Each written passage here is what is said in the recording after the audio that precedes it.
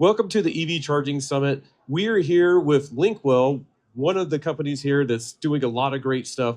We're going to learn about what they are, where they came from, why they're here at the EV Charging Summit, and some of the cool stuff that they're bringing to the EV Charging Summit, but more importantly, the EV charging landscape. So first of all, we'll just start down here. We'll have everybody introduce themselves. I don't think I introduced myself. I'm Patrick Anderson. I'm with EV Explored. So now let's introduce Lynkwell.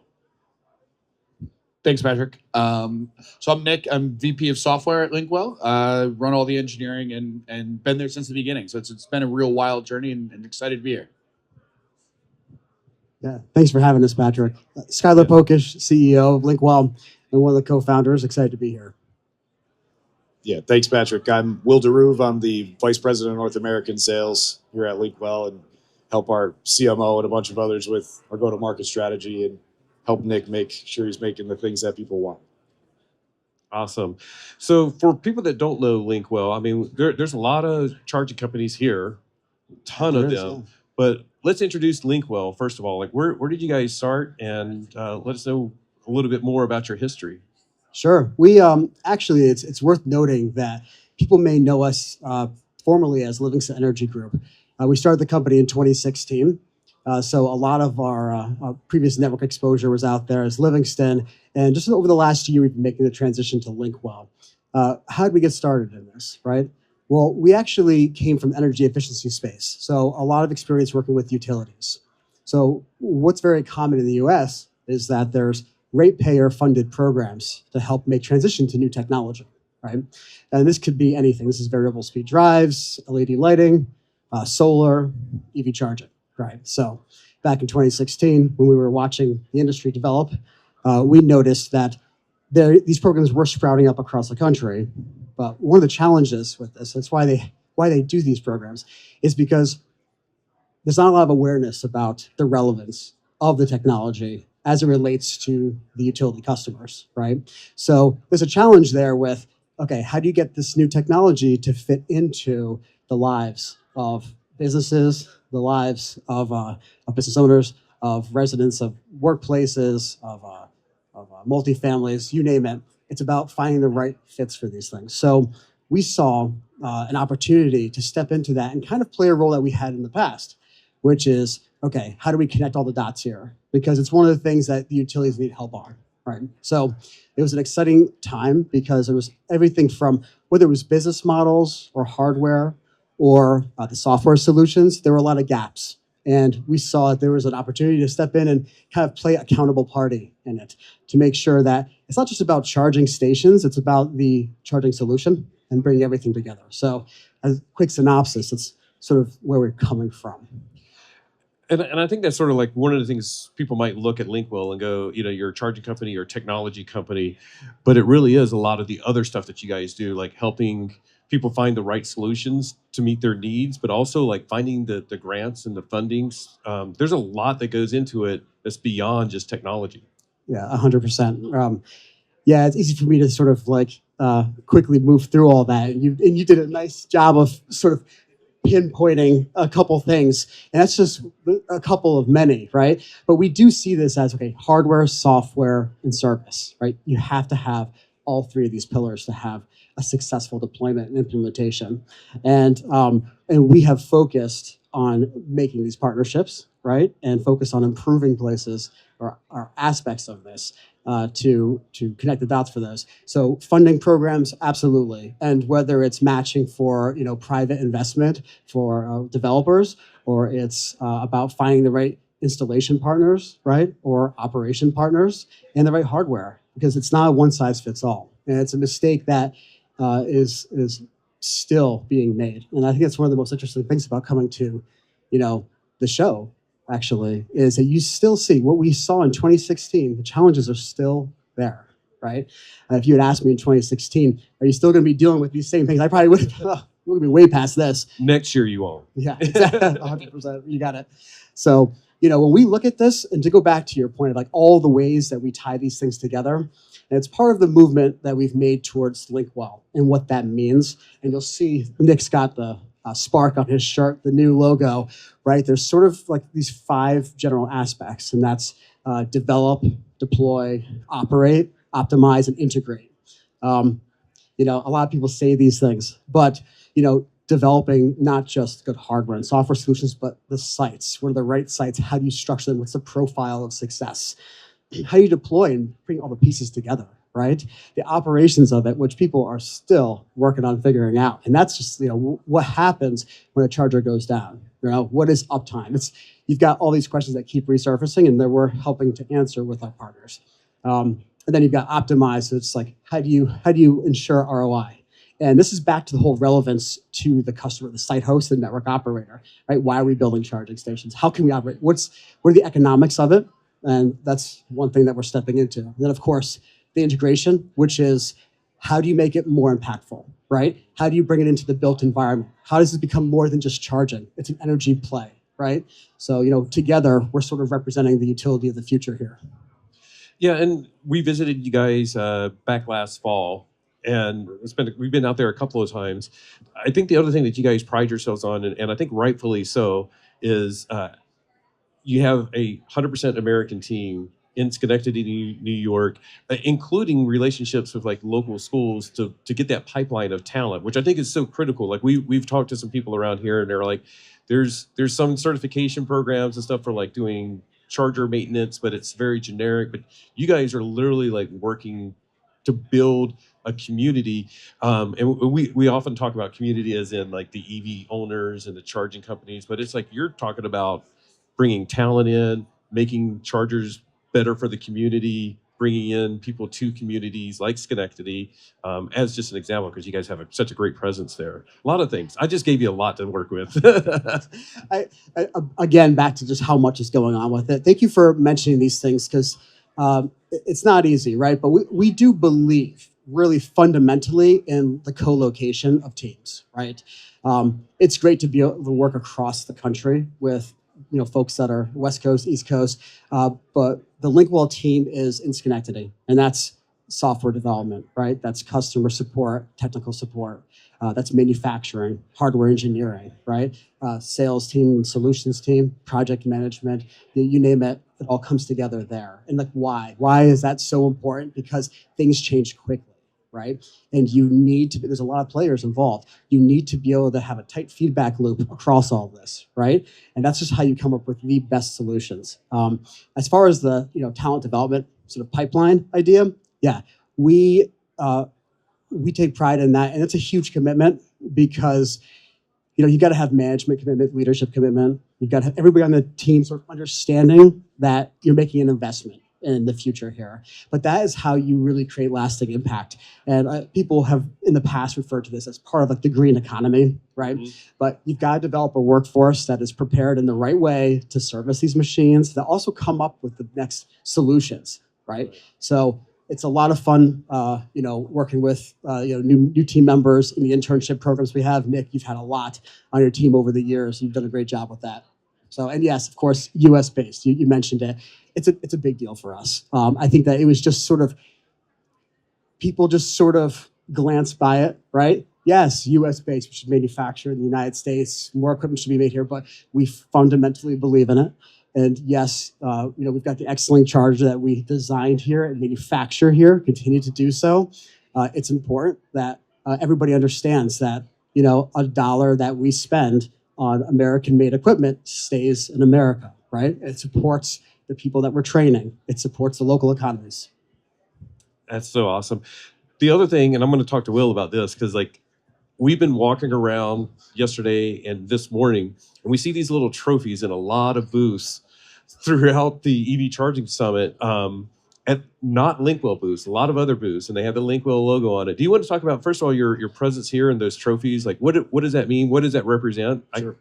No spoiler alerts for me. Yeah. Sure. So, we've been coming to this show since the inception of the show, right? It's our third year here, and I remember coming to the first one and 2 hours into the first day knowing that this is like the show we're always going to want to go to. And it was small back then compared to what it is now. And now it just keeps getting bigger and bigger. And, for me and the team here, right, coming back is a really easy yes for a bunch of reasons, right? So because of how we're set up and how, Skylar has described sort of how we operate, right? We get the ability to coordinate with partners all over the space, right?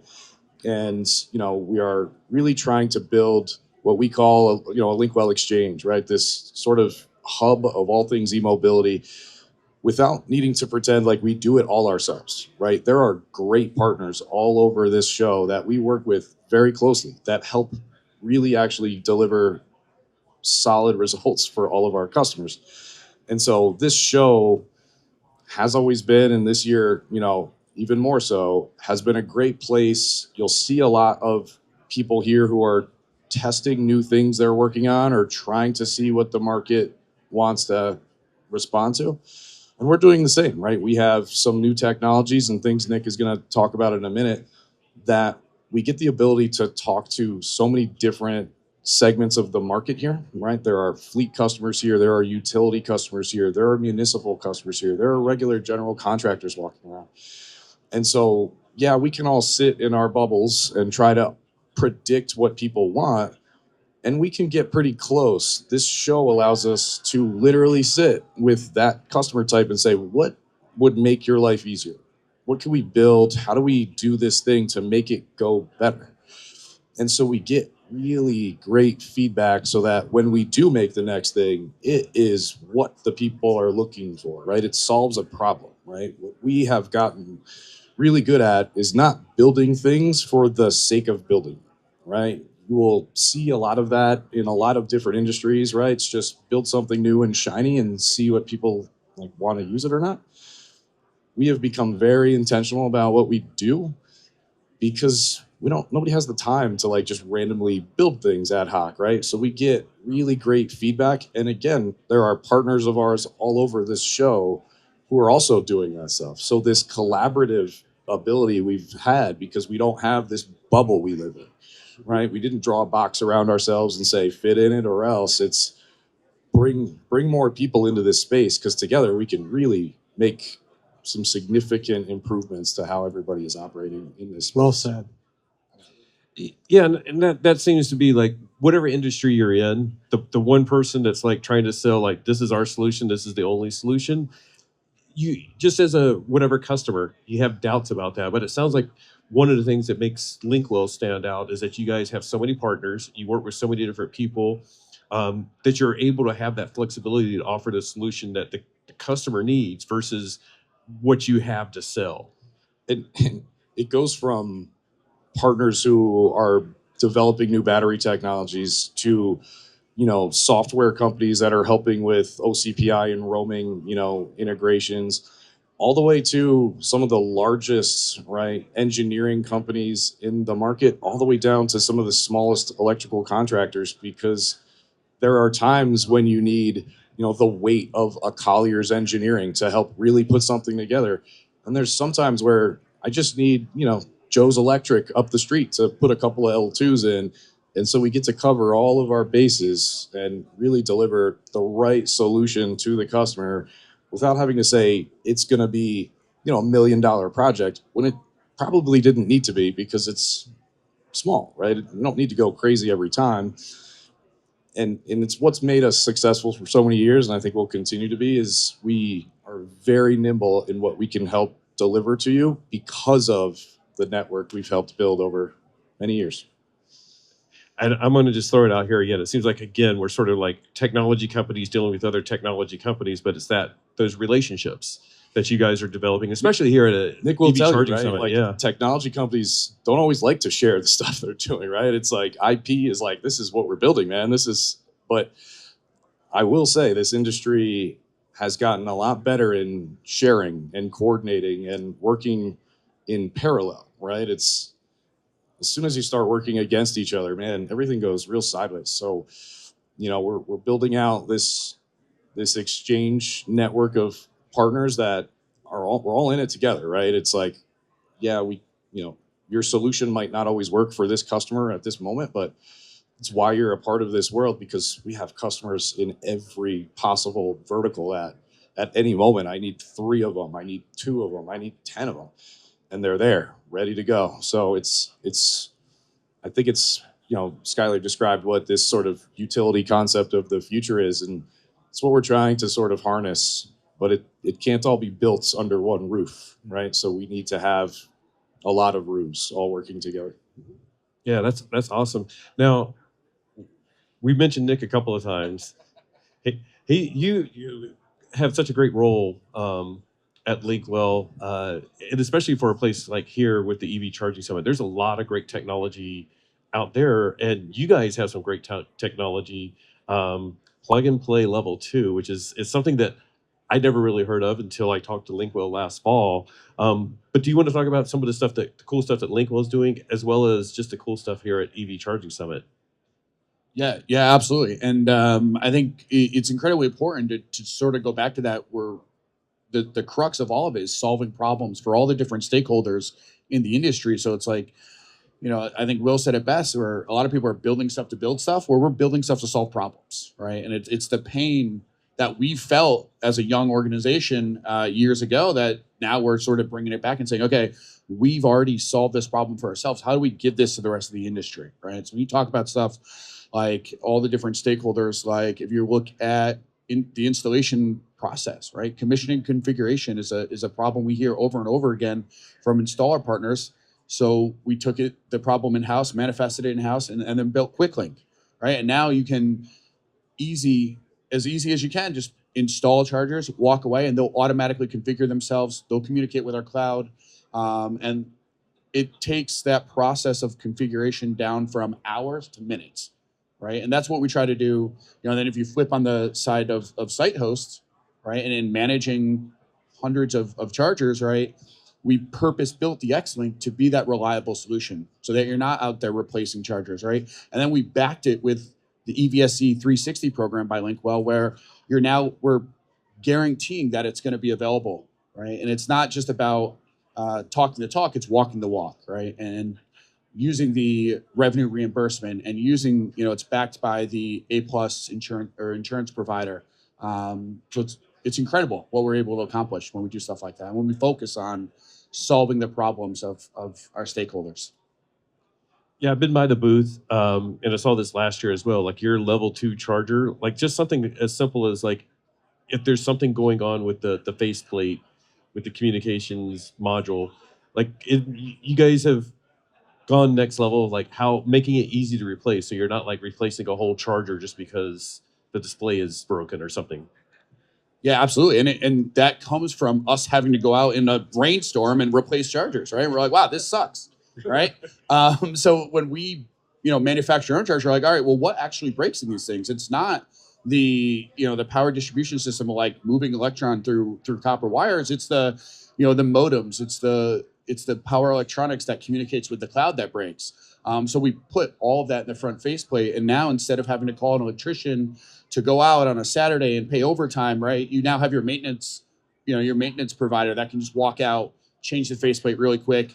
Oh, and by the way, he doesn't really have to know about EV charging. He can just plug it back in, and guess what? It's going to communicate with the cloud. It's automatically going to reconfigure itself, and within minutes, an EV driver can pull up and charge again, right? And that's, and sometimes I feel like we also overlook the EV driver, right? So when you talk about stuff like even guest charging, right? So we're able to just scan real quick, right? Instead of making me download an app and put in, everything about myself, my vehicle, my social security number, all that stuff. And obviously I exaggerate a little there, but it's providing that first time experience as seamless as we can, where it's you scan a QR code and you one click Apple Pay, and now you've got your first charging session with Lynkwell, right? And then if you're going to continue using Lynkwell, download the app and get added benefits, right? So it's about providing value instead of, the pain of the industry today. The guest charge thing, it sounds like such a minor detail, but it's actually huge, because like we've all been there. If you have an EV, you've been there. You pull up to a charger, and you're like, oh, I don't have this app. So did the genesis of that feature, did that come from like own experience, or customers saying like, can we find a way to have guest charging, or was that sort of like Lynkwell going, you know what, it sort of sucks, we don't like this? Well, it's back to just listening to our stakeholders, right? And EV drivers being one of those stakeholders, and especially the L2, especially the like amenity L2 charging, you're not always trying to get a charge. You're trying to like go to the movies, or you just got home from work and you got to plug in your car so you can go to work tomorrow, right? It's not really about the charging. It's like, how do I make this convenient to somebody? And if I've got to do a 5-step sign-in process to start my charge, it's just not, like you said, it sucks, right? So it's how do we get them charging as fast as humanly possible so that they can go to the movies and not focus on, oh, now I got to download an app. Oh, I'm going to be 5 minutes late to my movie now because I have to download an app. I have to start, sign up, log in. No, let's scan the code really quick, get them charging, get them to the movies, and then give them a receipt. And yeah, if you're going to continue working with Lynkwell, you get all the added benefits of working with us and not sort of the pain of that upfront challenge. I'll also say a lot of this like decision to go do that, on top of making the driver experience very seamless and very easy,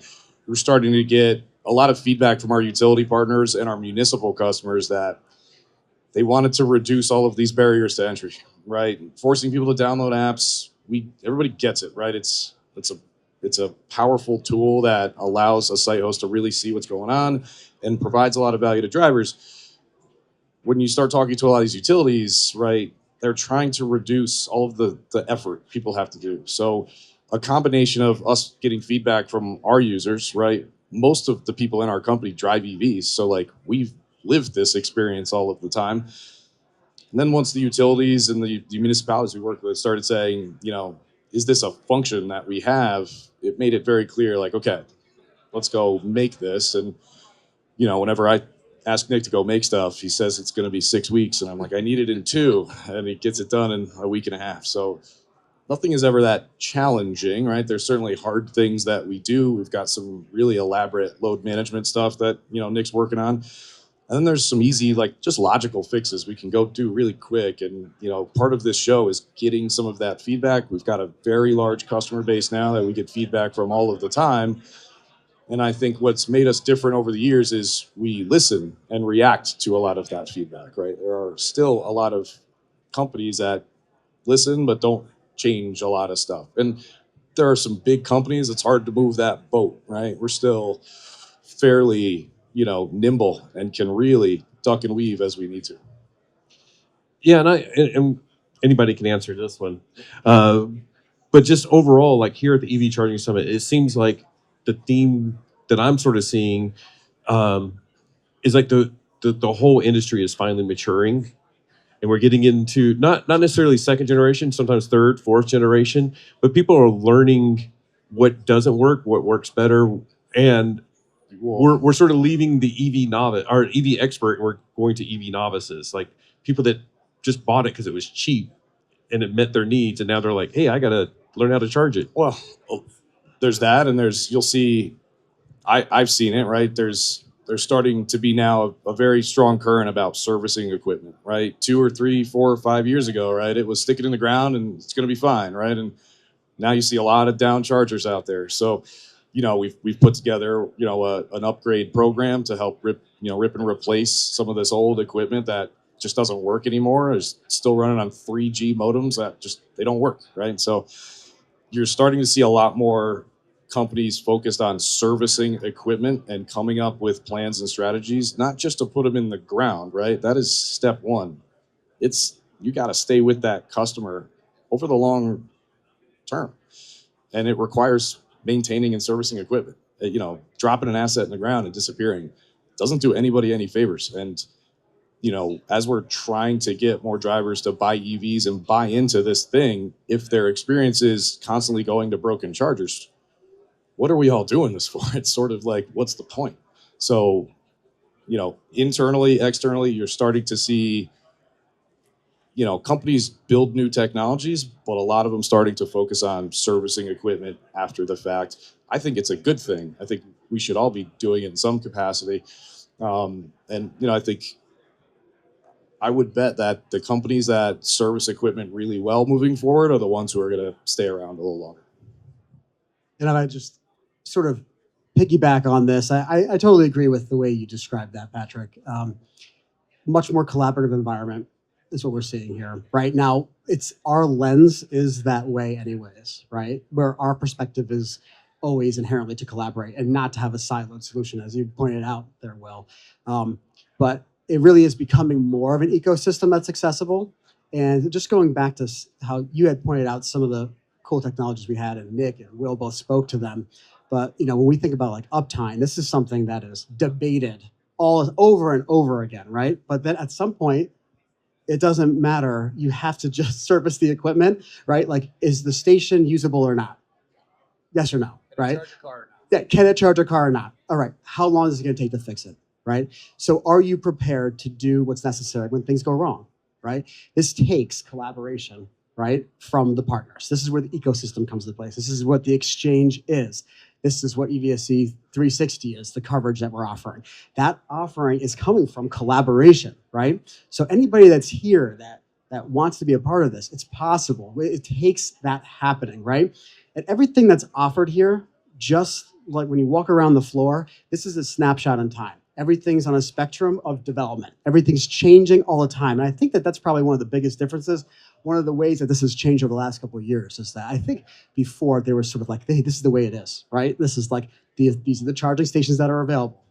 These are the leaders, right? This is where you go with. Now I think there's a little bit more acceptance that this is actually, there's a lot more players involved here, and it's going to take a lot more. Nick and I had the opportunity to work with some European partners over the last couple of years, and we've seen the market and the way they've been sort of coordinating much further sort of mature than the US side of things. But that is evolving now, that's changing. And we're seeing a lot of that mentality sort of propagate here as well. Yeah, and it does, from the EV driver, and that's what we try to present, is like, I'm just a normal EV driver. It does seem like there has been a bigger focus on redefining what reliability means. Because I think for a while, reliability was like, hey, if nobody's complaining, that charger's good. But it's like, if I pull up to a charger and there's no power to it, that doesn't mean the charger's good. It means it's dead, and not being able to track too, like, if you show up to a station and it's full and you leave, that's a bad experience. So there's a lot to address, but I love seeing the industry sort of addressing all of that.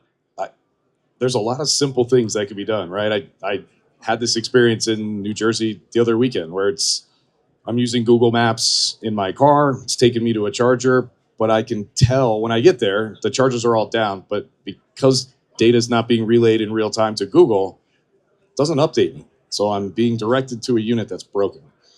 Yeah. And like, there is simple ways to fix this, right? And it's like, just if you told me it was broken, I could solve my own problem, find another place to go. So like, there's a lot still to be done, but I think there are going to be a lot more companies our size and sort of working together to help really improve how things start going, and things like guest charging, things like relaying data into Google, right, and Apple Maps, in real time, right, provides an experience for a driver, even if it means they can't come to my unit because it's broken. I'd rather that happen than them show up and it be broken.